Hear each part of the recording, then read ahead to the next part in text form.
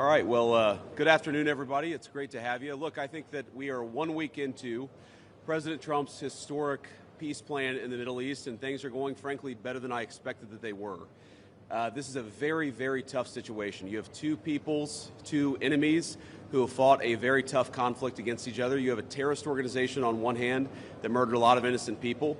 You've got an Israeli army that was defending itself on the other, that has learned a lot over the past couple of years. And then, of course, you have an innocent civilian population in Gaza that's caught in the middle.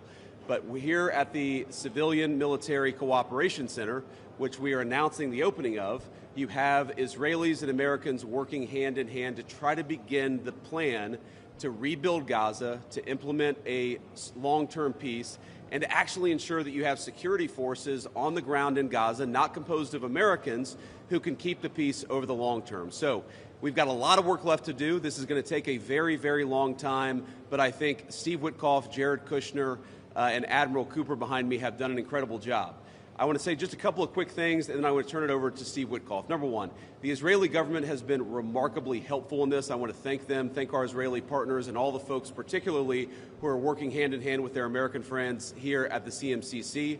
And number two, I want to say that there is this weird attitude I've sensed in the American media and the Western media where there's almost this desire to root for failure, that every time something bad happens, that every time that there's an act of violence, there's this inclination to say, oh, this is the end of the ceasefire, this is the end of the peace plan. It's not the end. It is, in fact, exactly how this is going to have to happen when you have people who hate each other, who have been fighting against each other for a very long time. We are doing very well. We are in a very good place. We're going to have to keep working on it, but I think we have the team to do exactly that. So with all thanks to our partners, both in Israel but all across the Gulf Arab states, Indonesia, the Turks, we are doing an amazing thing here, and I'm particularly proud of the American troops working at the command center who are coordinating this effort and making it possible. So with that, I want to thank Ambassador Steve Witkoff and turn it over to him to say a few things, and after everybody's said a few words, we'll take some questions. Thank you, guys.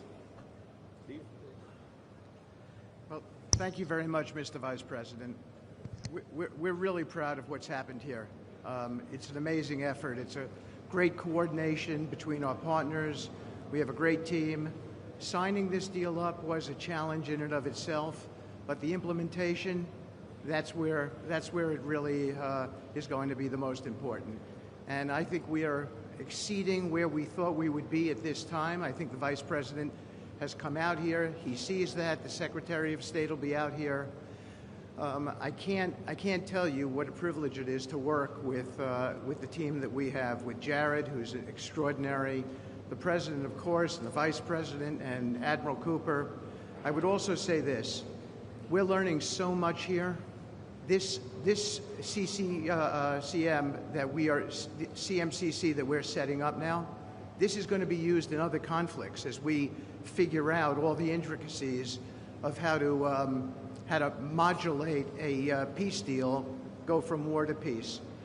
Lastly, in closing, I want to speak about the morning that me and Jared had. We met with 10 hostages and their families, and it was really an emotional moment. And I felt blessed to be in that room.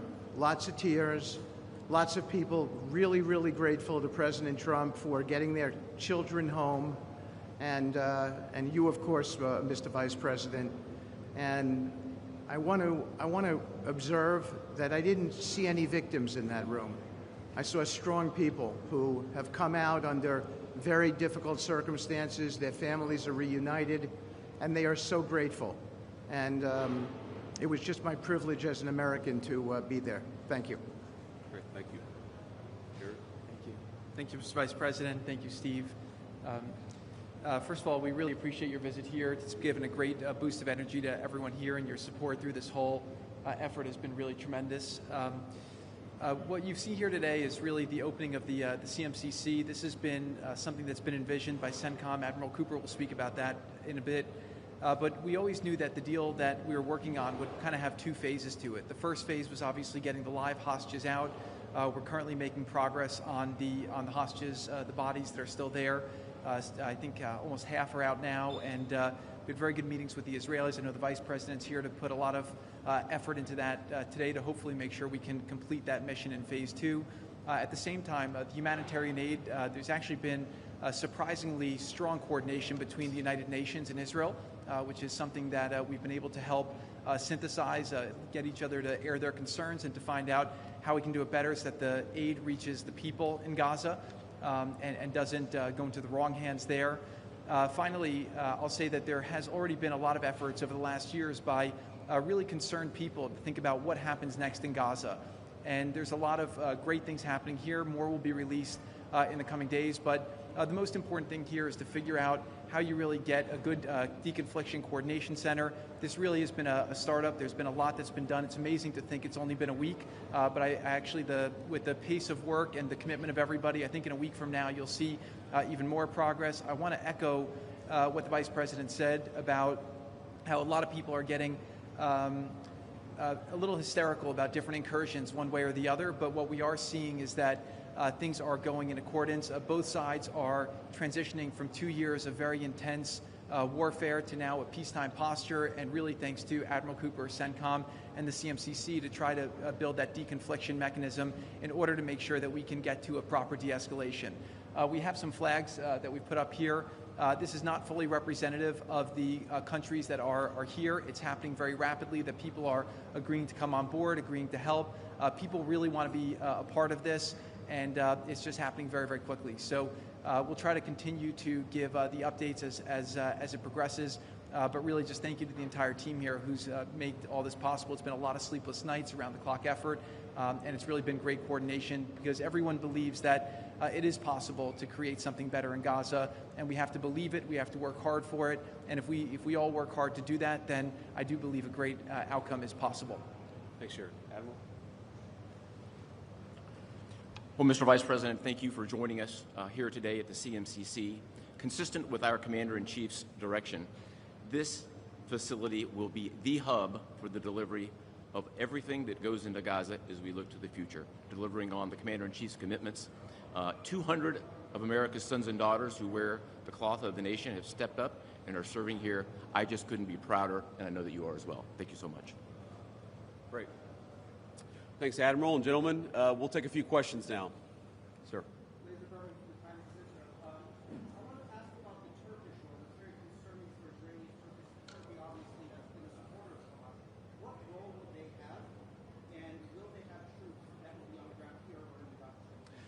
Well, I think, first of all, what troops are on the ground in Israel is going to be a question the Israelis have to agree to, and I'm sure that Prime Minister Netanyahu will have opinions about that, but we think everybody has a role to play here. Some of that's going to be financial, some of that's going to be in reconstruction, some of that's just in communication with the various parties to ensure that this deconfliction process actually works and is implemented.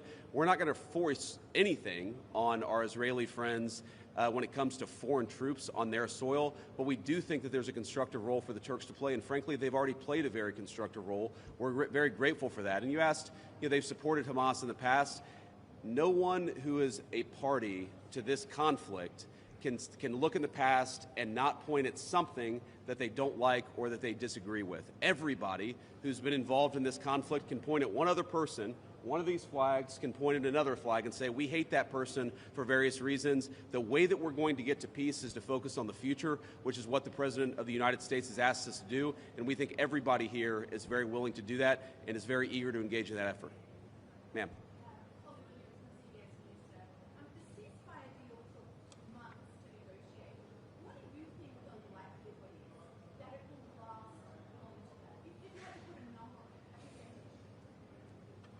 Well, Jared's the investor here. I'm not going to give you a percentage, but look, what we've seen the past week gives me great optimism the ceasefire is going to hold.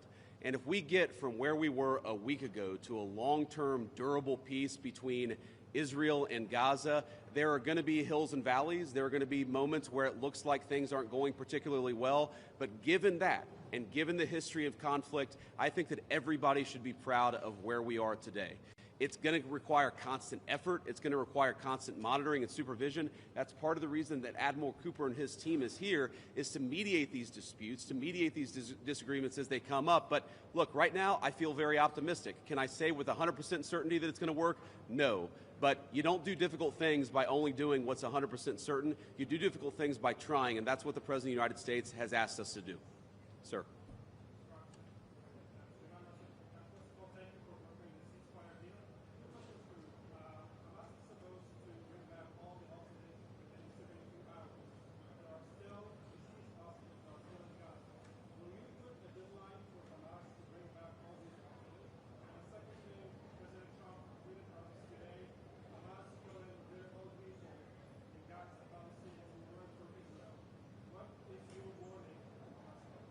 Yeah, so Steve, I'm going to ask you to follow up here, but let me say just a couple of words about the deceased hostages. I mean, one of the stations that I met with, one of the groups that's working on this that I met with earlier, they actually have a photo of the 15 deceased hostages who are still in Gaza.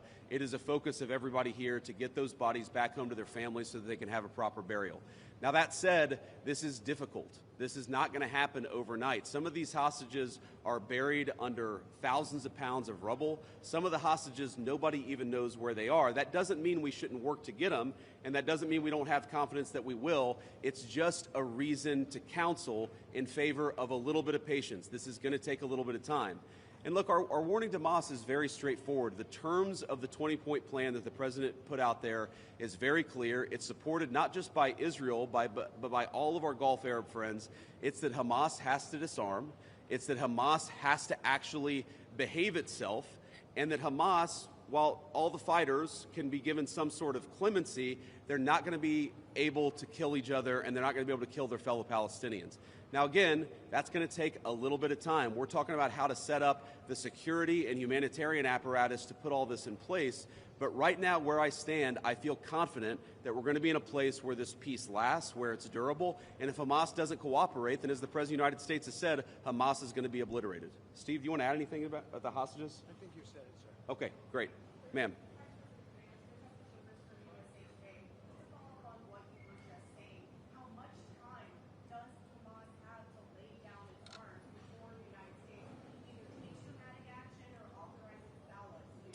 Well, look, the president actually put out a truth this morning that I thought was very instructive. We know that Hamas has to comply with the deal, and if Hamas doesn't comply with the deal, very bad things are going to happen. But I'm not going to do what the President of the United States has thus far refused to do, which is put an explicit deadline on it, because a lot of this stuff is difficult. A lot of this stuff is unpredictable.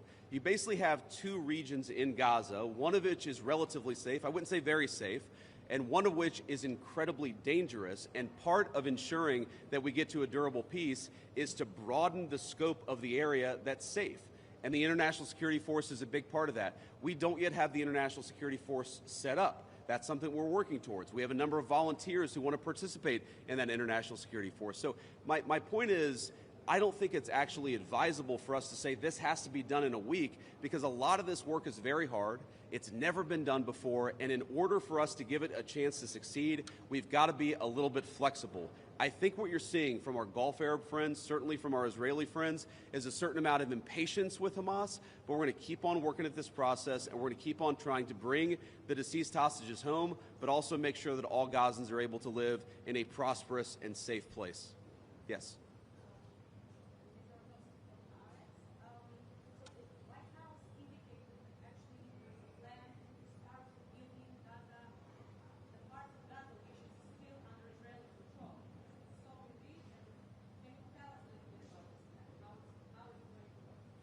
Yeah, Jared, do you want to say a few words about that?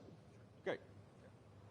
So, first of all, no reconstruction aid, no reconstruction funds will be going into areas that Hamas still controls. And as far as the demilitarization goes, once the ISF is up, there needs to be a security force that they can feel safe from, that in order for it to be the transition to be complete. So that needs to happen. There are considerations happening now in the area that the IDF controls, as long as that can be secured, to start the construction as a new Gaza, in order to give the Palestinians living in Gaza a place to go, a place to get jobs, a place to live. So that's one of the many things being considered. Right now, again, there's been several work streams that have occurred over the last years. Those are all being synthesized and updated here at the center, and then they'll go before President Trump and the Board of Peace to get recommendations on what to build, how to phase it, but that's definitely something now that's being very strongly considered. Great. Sir? Oh, sorry. Why don't we do the guy in the back, and then we'll do you in the blue jacket. Thank you. Go ahead. Could you speak up for me?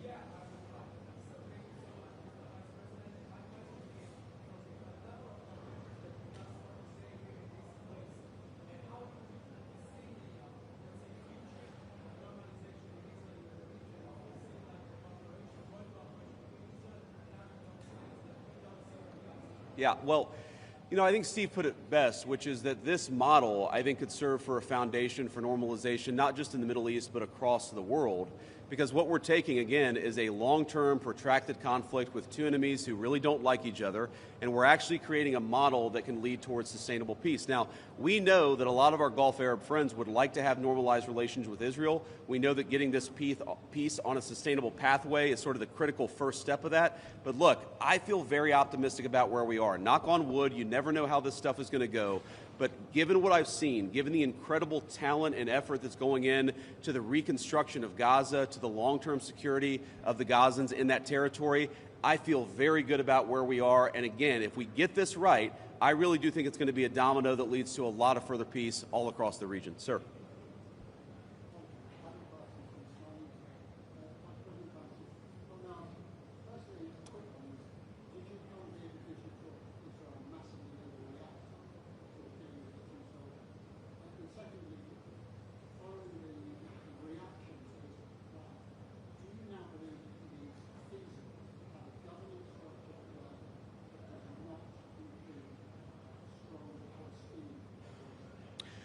Well, so on the first question, no. My visit had nothing to do with events of the past 48 hours. We had actually tried to plan this visit, frankly, months ago, and now we thought this would be a good time to do it. It ended up working out. As you know, sometimes calendars are difficult, especially when you're the Vice President of the United States. But I wanted to come. I wanted to check in on things. I wanted to, talk to the troops who are working very hard to coordinate this massive relief effort. And I wanted to just see how things are going and put some eyes on it so I could call the President of the United States and actually, it's one thing to read about it. It's one thing to talk with Jared and Steve on the phone about what's going on the ground. It's another thing to actually shake somebody's hand, to look them in the eye and to understand what are the challenges, what are the things they need from me. I mean, I heard from relatively junior troops very simple things that would make their lives easier that I'm going to take back to Washington and hopefully help them with. That's why you do a visit like this, not because of anything that's happening on the ground. On your question about what is the ultimate, authority in Gaza look like, I don't know the answer to that question. And I think what's so cool, what's so amazing about what these guys have done is that we're creating a governance structure that is very flexible to what happens on the ground in the future. We need to reconstitute Gaza. We need to reconstruct Gaza. We need to make sure that both the Palestinians living in Gaza, but also the Israelis are able to live in some measure of security and stability. We're doing all those things simultaneously. And then I think once we've got to a point where both the Gazans and our Israeli friends can have some measure of security, then we'll worry about what the long-term governance of Gaza is. Let's focus on security, rebuilding, giving people some food and medicine. If we get to the point where we're arguing exactly what the governance structure in Gaza is long-term, then we should pat ourselves on the back. That's a very good problem to have, but I won't anticipate that problem before we actually have it. I'll take a couple more and then we'll get moving. Ma'am. Could you speak up? Thank you.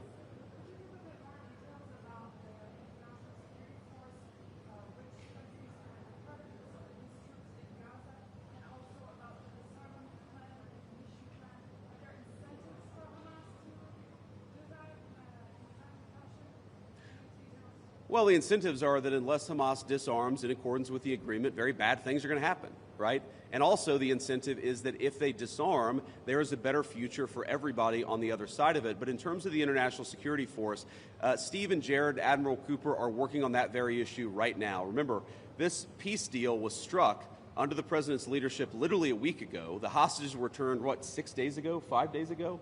So we're in the phase now where we're actually starting to conceptualize what that international security force would look like.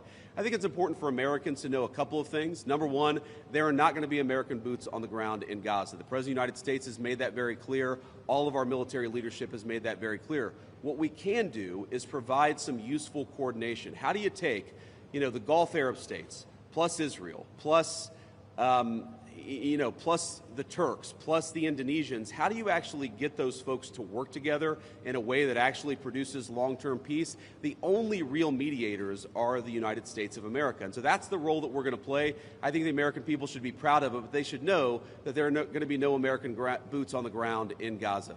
Sir, in the back.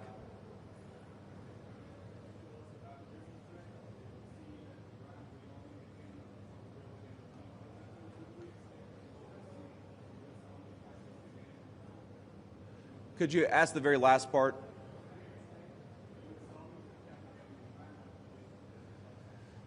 Well, I'm not going to make any announcements here today. The President of the United States has been very clear about our policy with regards to Iran. It's that he actually wants Iran to be prosperous. He wants to have good relations with the Iranians, but they cannot have a nuclear weapon.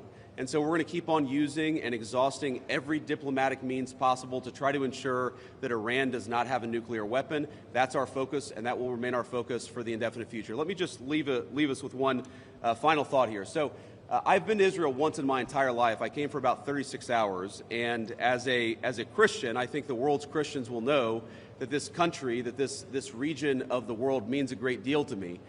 And at some point today, I hope to go, or at some point in the next couple of days, I should say, I hope to go to the Church of the Holy Sepulchre, which Christians believe is the site that Jesus Christ was crucified in.